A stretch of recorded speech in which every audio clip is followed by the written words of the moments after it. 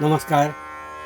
चंद्र राशीप्रमाणे तूळ राशींच्या व्यक्तींना मार्च 2026 या महिन्यासाठी मी आता मार्गदर्शन करणार आहे. तूळ राशींच्या व्यक्तींना मी या महिन्यामध्ये आरोग्याबद्दल खूप काही भयानक किंवा भीतीदायक असं काही सांगणार नाही आहे, कारण त्याची काही गरज वाटत नाही. उत्तरार्धामध्ये उलट आपली जिद्द आणि मानसिक जिद्द, शारीरिक जिद्द आणखीन वाढेल असं या ठिकाणी दिसून येत आहे. आरोग्यविषयक काही चिंता या महिन्यात दिसत नाही. उद्योगधंदा करणारी जी व्यक्ती आहेत त्यांना उत्साहपूर्वक वातावरण आहे. उद्योगधंदा वाढीला लागेल. त्याचप्रमाणे नवीन काही गोष्टी कराव्या आणि त्या बाबतीत आपला व्यवसाय वाढवता कसा येईल यासंबंधी आपल्या मनात जे विचार आहेत त्यासंबंधी एक्झिक्युशन करणे हे एक चिंतन आपलं चालू राहील. सरकारी होणारी कामं किंवा त्यांची लागणारी सरकारची लागणारी मदत ती कशा प्रकारे मिळवायची हा थोडासा प्रयत्न आपला या महिन्यात चालू राहील. कारण ह्यात होणारे बदल, पॉझिटिव्ह बदल जे आहेत ते आपल्याला नवीन उत्साह देत राहतील. धंद्याची वाढ करणे, मोठी इन्व्हेस्टमेंट करणे किंवा काहीतरी फंड आपण उभा करणे अशा काही गोष्टी केल्यानंतर आपल्याला चांगली व्हिजन म्हणजे उत्तम काहीतरी दृष्टीपथास पडेल असं या ठिकाणी दिसून येत आहे. ताबडतोब लाभ होणाऱ्या गोष्टी काही दिसत नसल्या तरी पुढे होणाऱ्या चांगल्या गोष्टी मात्र दिसून येत आहेत. नोकरी करणारे जे मंडळी आहेत त्यांना या महिन्यामध्ये विशेषतः येणारं ग्रहण जे आहे, मार्च महिन्यात सुरुवातीला येणारं ग्रहण ते तेवढं लाभदायक नाही. कामाच्या ठिकाणी गैरसमज निर्माण होतील. त्यामधून काही अनावश्यक वाद निर्माण होतील असं दिसून येत आहे. तर वादाचे प्रसंग टाळण्याचा आपण प्रयत्न करा किंवा अशा काही गोष्टी निर्माण होणारच नाहीत असे प्रयत्न करा.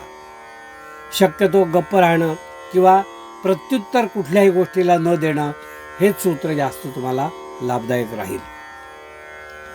कर्क राशींच्या व्यक्तींना लघुउद्योजक, आपल्या स्वतःच्या हातावर पोट भरणारे जे लोक आहेत त्यांच्या बाबतीत असं दिसून येत आहे की कामाचे पैसे मिळायला विलंब होईल.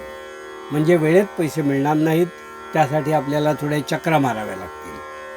पण ठीक आहे, आपले नेहमीचे क्लायंट असतील तर विश्वासात घेऊन आपण ती गोष्ट अवश्य करा. आपला उद्योगधंदा जो आहे मी म्हटलं तो त्याप्रमाणे व्यवस्थित राहील. त्याबद्दल खूप काही चिंता करण्याचं आपल्याला कारण नाही आहे. शिक्षण घेणारी जी मुलं आहेत, जी मुलं पहिल्यापासून चांगला अभ्यास करणारी आहेत ते थोडं आळसाने भरलेली आहेत असं दिसून येतं. व्यसनाकडे काही त्यांचा कल आहे किंवा वेळ फालतू घालवण्यामध्ये त्यांचा कल आहे असं या ठिकाणी दिसून येत आहे. अभ्यासाचा सीझन आहे. त्याचप्रमाणे आता परीक्षा सुरू होत आहेत किंवा काहींच्या सुरू झालेल्या आहेत. तर त्यामध्ये विद्यार्थ्यांनी आळस सोडावा आणि आपल्याला स्वतःला चांगलं चार्ज करून घ्यावं आणि अभ्यास करण्याकडे जरा मागे लागून अभ्यास करावा असंच मी या ठिकाणी तुम्हाला सांगेन. कोर्टामधली कामं जी आहेत ती या महिन्यात यशस्वी होतील आणि आपण पूर्वी केलेले दावे वगैरे ते आपल्या बाजूने निकाल त्याचे लागू शकतात. प्रतिस्पर्ध्याला नामोहरम करणं यासाठी उत्तरार्ध तुम्हाला चांगला प्रयत्नशील आणि प्रगतीदायक आहे. म्हणून आपले शत्रू जे आहेत त्यांना नामोहरम करणे, त्याचप्रमाणे त्यांच्यावर मात करणे या गोष्टी तुम्हाला या महिन्यात सहज शक्य होतील. तो मग व्यावसायिक शत्रू असो किंवा राजकीय मंडळींनी सुद्धा या बाबतीत थोडासा प्रयत्न असा केल्यास राजकीय शत्रूंवर सुद्धा मात करता येईल. तूळ राशींच्या व्यक्तींना मी असं सांगू इच्छितो की या महिन्यामध्ये पुन्हा एकदा सांगतो, शिक्षण घेणाऱ्या मुलांनी आळस सोडावा आणि आपल्या ड्युटी, आपलं कर्तव्य जे आहे ते केवळ शिक्षणाचं आहे त्यामध्येच लक्ष केंद्रित करावं. काही नवीन उलाढाली करणे, भानगडी करणे विद्यार्थ्यांना, आपल्या बरोबरीच्या विद्यार्थ्यांना त्रास देणे, त्यांना काही संकटात पाडणे, अशा गोष्टी मात्र तुम्ही करू नका. त्यामुळे तुम्हाला खूप मोठा त्याची किंमत मोजावी लागेल. जुनी येणी जी आहेत ती या महिन्यात वसूल होतील. आध्यात्मिक प्रगती होईल. ट्रिप किंवा धार्मिक सहलीसाठी आपल्याला जावंसं वाटेल.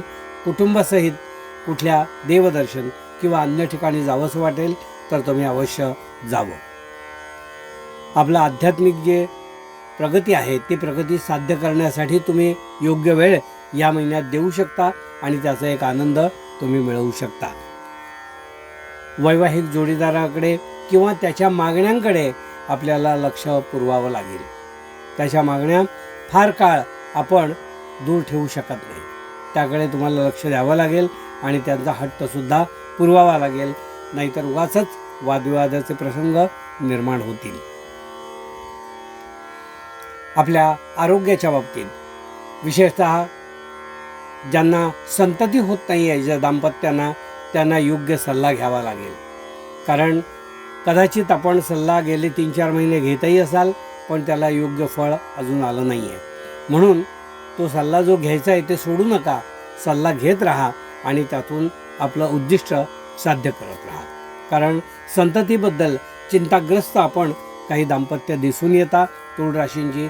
तर चिंता न करता त्यावर सोल्युशन काय करता येईल याचा आपण विचार करा आणि ते सोल्युशन सोडू नका. अर्धवट ट्रीटमेंट सोडू नका. ते करत राहा.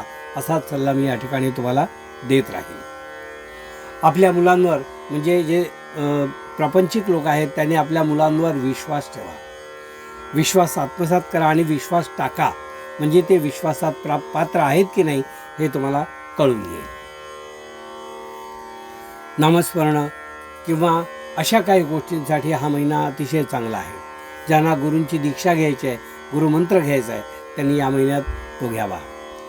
आपले मित्रमंडळी किंवा आपले भावंड आपल्याला या महिन्यात खूप मोठी साथ किंवा आधार देतील असं ह्या महिन्यात दिसून येत आहे. घरासाठी काही कामं करावी लागतील. दुरुस्तीचं काम किंवा आपल्या बिघडलेल्या गाडीचं काही काम. कारण कधी कधी असं होतं आपल्या चुकीने नाही पण इतरांच्या चुकीने आपल्या वाहनाला काही धोका पोचतो. असं ह्या महिन्यात होणार आहे आणि त्यामुळे दुरुस्तीवर, वाहन दुरुस्तीवर तुम्हाला खर्च करावा लागेल. पण तो तुम्ही खर्च करा.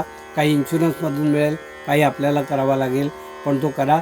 जीवाला धोका नाही आहे एवढं मात्र मी सांगू इच्छितो. हे होतं तूळ राशींच्या व्यक्तींना मार्गदर्शन.